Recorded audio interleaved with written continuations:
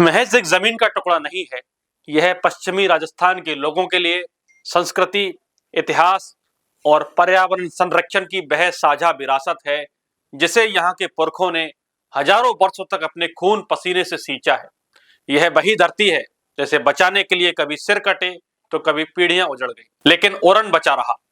रेगिस्तान की इस कठोर भूमि में ओरन ही जीवन की सांस है।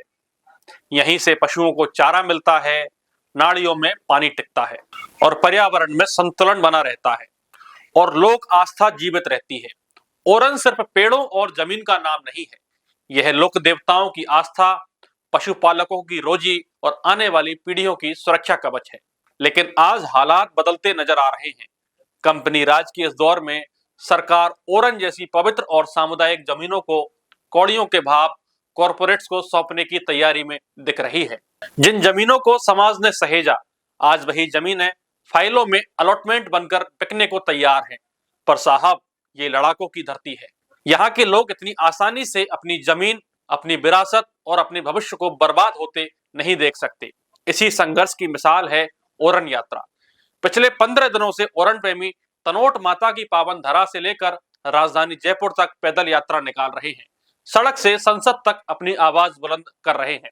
यह यात्रा सिर्फ विरोध नहीं बल्कि चेतावनी है कि ओरन पर आंख उठाने वालों को जवाब मिलेगा। इस आंदोलन को अब जनप्रतिनिधियों का भी साथ मिलने लगा है।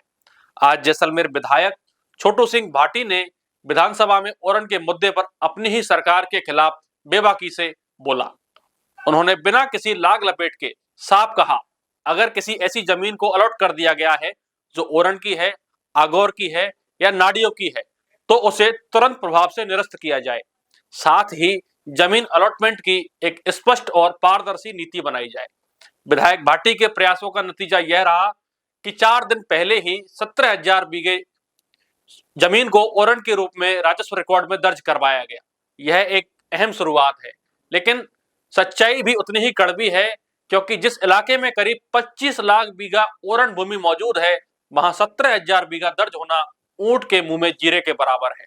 फिर भी जिस बेबाकी और ईमानदारी से विधायक छोटू सिंह भाटी ने अपने क्षेत्र के जमीनी मुद्दे को सदन के पटल पर रखा है, उसकी चारों ओर सराहना हो रही है। आम लोग खुलेआम और दबी जुबान एक ही बात कह रहे हैं कि देर आए पर दुरुस्त आए।